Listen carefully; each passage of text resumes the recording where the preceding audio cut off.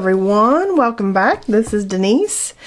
Today I thought we would do ourselves another yummy color palette, and this time I've picked out some oddball colors because that tends to be my most favorite. When I think, oh, this is weird, let's do this, then I always enjoy and I'm pleasantly surprised at where we end up every single time I do this. And this is just an artist tape that I've put down on here because I got some different sized artist tapes off of Amazon because that 1/2" blue one I'm running out of. So this one is a 1/2" just white artist tape. So I'll put that in my Amazon store and I'll add it to my favorites list for you to find those. And you can find that list in the description. So I'm doing the Blick Matte Paints. I pulled Blue Red Light and Yellow Green Deep. And then of course a white and a black. So I think what I'm going to do is the 3 columns just like I've been doing, because absolutely obsessed with how good these work out when we do these. The pages are gorgeous. I could have done a flip through. Let's do a flip through before I get paint everywhere. This one, I actually love this one. Now that I've sat for a day with it, because look how beautiful the teal and the red is. It's already a color palette I love, and that one turned out great. And then I love this one, and I haven't sprayed it yet, so I'm leaving my little piece of wax paper in here, but look how gorgeous those blues and greens are. These I love with this green right here. So even though I didn't like love the start colors, I love these. Once we mixed them with some white, they turned out amazing. And this right here is really beautiful. This army green was totally unexpected. This was a really pretty deep dark green. Gorgeous palette. I love this one also. Purple and yellow is really pretty anyway. And so this is beautiful. These are really pretty right in here. And then orange and blue. I love this one. And then purple and pink.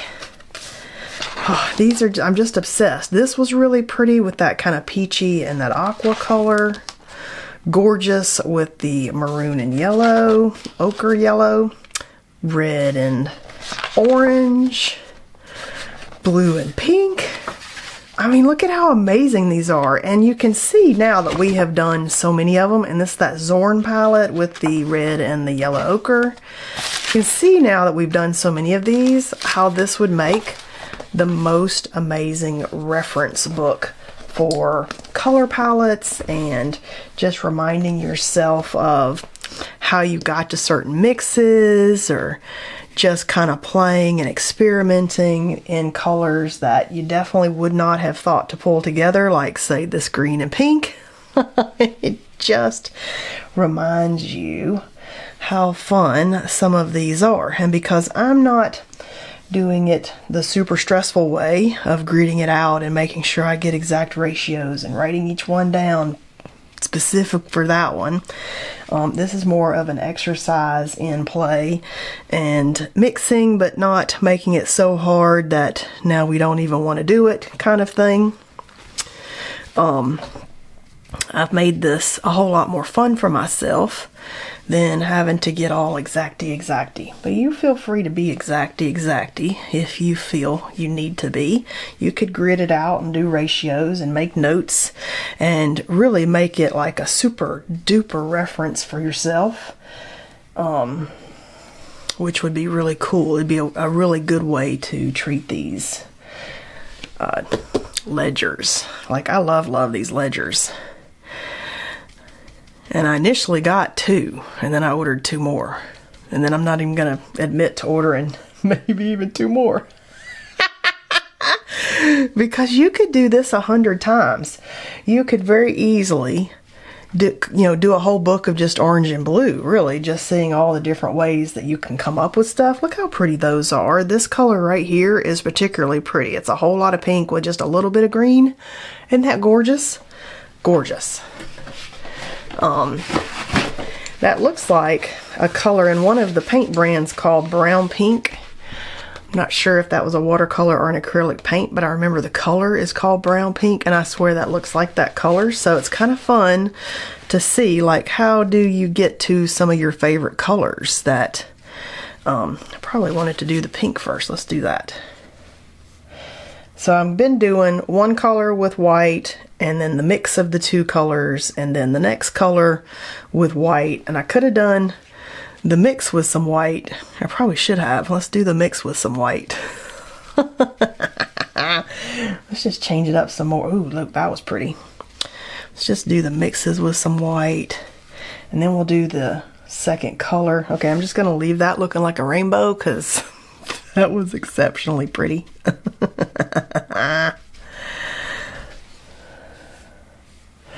Oh yeah, now we'll go back to the pink. And then I'll do with the dark. I mean, we could have even done like 4 columns and gotten even more colors out of it. I mean, you can get an endless array of colors. It's amazing how many you can get out of 2 colors and black and white. Insane how many of these you could do. And I like mixing them on my color palette rather than my paper, because then it allows me to actually do the mixing. Okay, so let's do the green with some black and see what that color gives us. Oh yeah, so slightly a greenish black, maybe a little more green in that black. Let's see what that gives us. Lovely. We could put a little bit of white in that green and black. See how that lightens it up. And then, okay, so that's a pretty color. And then I could do that mix with a little bit of black. Just grabbing a little each of those to get that mix up.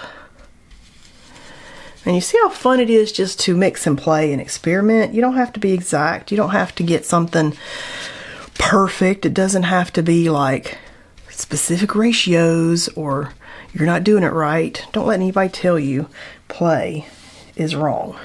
This is how we discover stuff. We learn and discover, and we see things, piece of water right there, that we never would have saw before. So don't discount the value of play. Ooh, look at that. Those are really pretty. Okay, now let's go ahead and lay some stuff down. I almost want to, before we even get started, do some black stencil work and then put color on top of it, because I was thinking of that the other day. So I'm going to pull out some of my Stencil Girl stencils and just maybe pick one and do some of that dark below. I'm going to have to reorganize my, ooh, this one I don't want. This is what I was thinking. Right here. It's like a corrugated cardboard kind of look.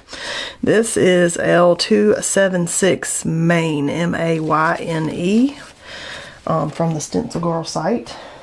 So this is a regular one. And I'm kind of feeling like maybe even like this darker color here, but I want to get the dark down first. Ink blending brush, my favorite way to put the stencils on now. Not holding that down very well. Ooh, look at that! Yes, yes, yes! That way I'm not missing the contrast when we're done. That doesn't mean I can't paint the contrast off accidentally. But we're at least starting with the dark, because so many times, oh yeah, okay, let's do that. So many times I've painted stuff, just throw that in water, and then I've thought, oh, needs some contrast. All right, let's just give it a go. And I'm gonna get my bowl scraper and kind of do some scrapey. It's my own personal preference on painting. You can use any brush you want. You can definitely, oh, you know what? Whoa. We're leaving this tape on here, and that is gonna tear our paper. Why didn't you say something? Pull the tape off. We don't want to tear the paper. Oh no. Tear that tape off before you've let it sit too long. And I hope that this one peels as easy as the painters without tearing anything. Oh yeah. If you let that tape sit too long, and you might need to wait till the next day to pull it up, because it will definitely tear your paper. Because this paper, that top layer just lifts right off. It's not super sturdy on the top layer. It holds up to us painting and stuff. It just doesn't hold up to, once it gets a little bit wet, to anything tugging on it. Okay, so far so good. Got a tiny bit of lift off right there, but it doesn't look bad.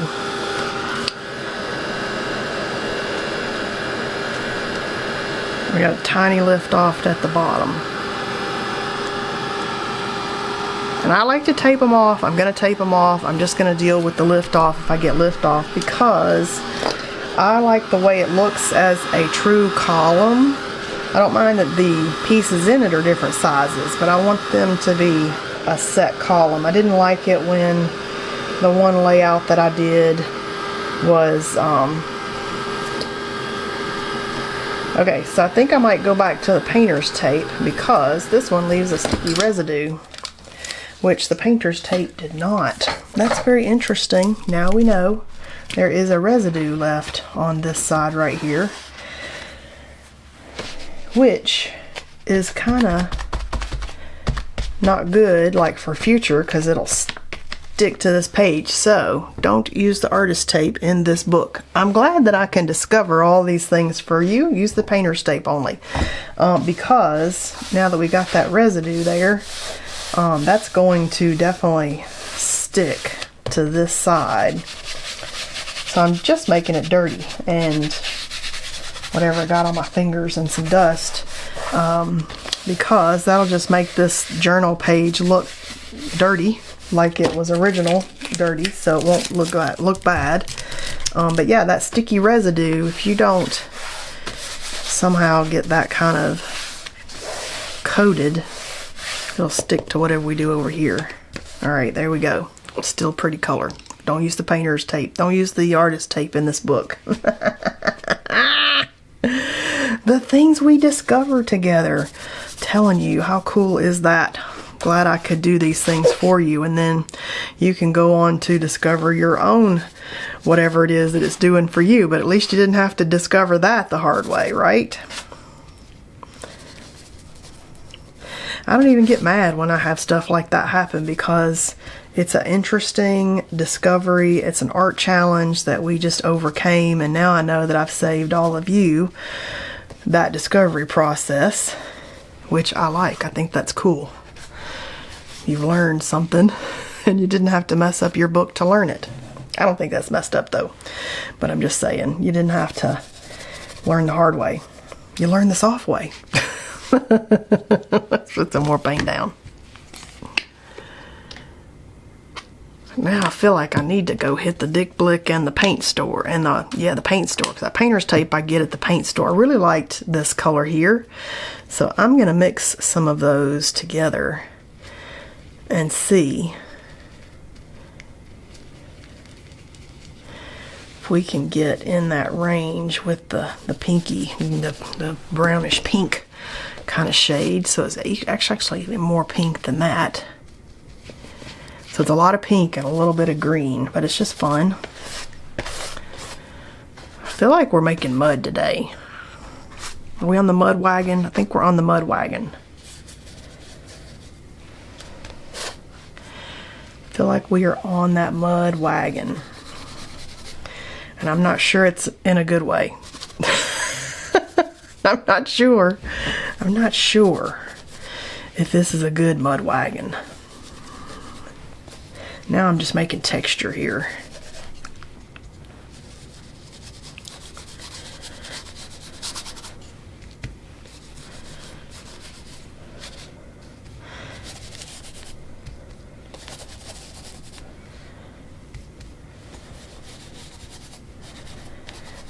All right, I don't know about this. I don't know about this color. I need some more black out, I think. I need to go stock up on my black. What if we do a stencil on top of here? What if we save it with like some flower? Some kind of flower. I'm kind of, okay, you know what? I'm kind of feeling like a big flower. Maybe something that we've never done before. But what if we save it with like this big thing and that under, the stuff under it would just show through? Got to make sure it's dry before you put a stencil on top of this, because that stencil will grab that paint and pull that layer right off. Alright, I'm kind of thinking, just remember, if you do something you don't like, just paint. I'm kind of thinking like maybe this greenish black.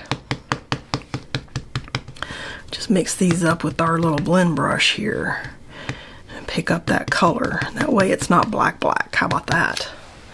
Alright, I'm scared.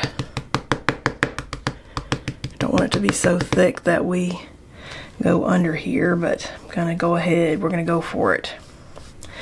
And see, because this stencil is mostly open edges and very little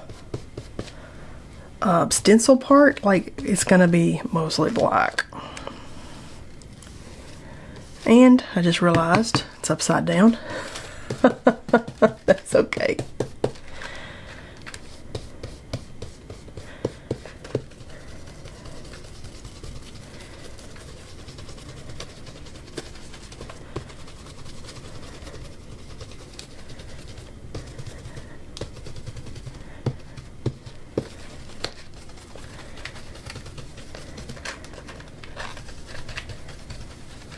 Going to be interesting.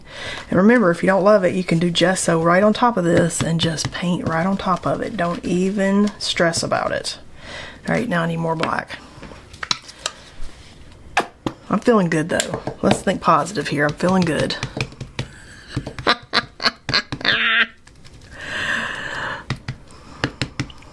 Ooh, we just got way more than I intended there of that green. That's okay.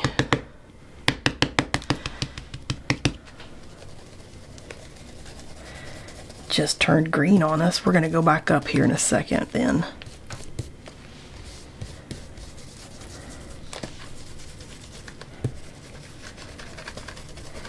Yeah, if you don't love it when you're done, just gesso on it and keep on painting. Just keep adding paint. It's acrylic paint, and I'm super duper impressed with the way this paper does not warp. With everything that we've thrown at the different pages, these pages have not warped on us, and so that's kind of amazing. Like, I'm finding that super impressive with the acrylic paint. Alright, so we've kind of put that everywhere a little bit better. Let's see what we got. Okay, now I'm scared. Got a little bit black paint on that page, but that's okay. Alright, oh my gosh. What? Okay. Alright, well that was actually super fun, and I don't hate it, so yay for something completely different than all the other pages that we did. And it's a good lesson too. Okay, there was some wet paint right up here, and it kind of caught the paper, so what we can do before we get rid of all our paints, I gotta be way more careful about looking around the page to see, because now I can see that some of that paint wasn't dry and I pulled the paper off. So in that case, I want to go back and paint that paper before this has a chance to dry, which now it's kind of given me an idea of maybe adding some little paint details to some of these out here to make it look like that was on purpose. There we go. Make it look like it was on purpose. So if you didn't let that paint dry good enough before you stenciled it, all is not lost. Don't despair. Just come back in with some other details and paint those back in before your paint has time to, before you forget, before this is all dry. Okay, so that's pretty good. I think we're good here. And again, we might just paint some more details out here so that these look like we did something fun and on purpose.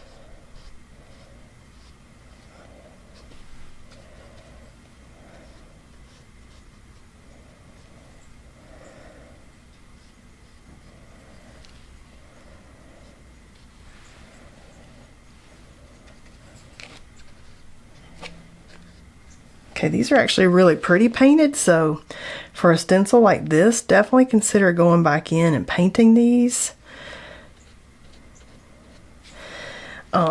So that you get some fun color and surprising results like that. I mean, that was pretty fun, and I would not have done that without that pulling off my pages with the paint there.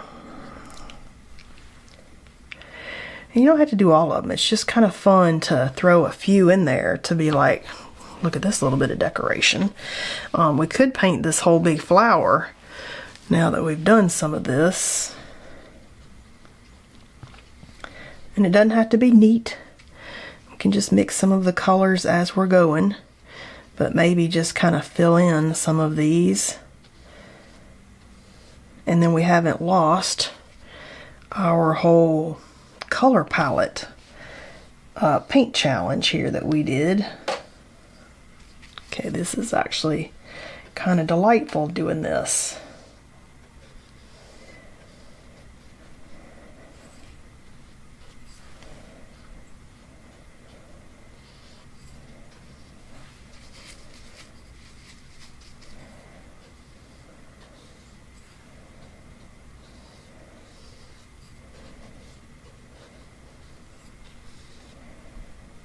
Oh, look at that. Look at that fun stuff.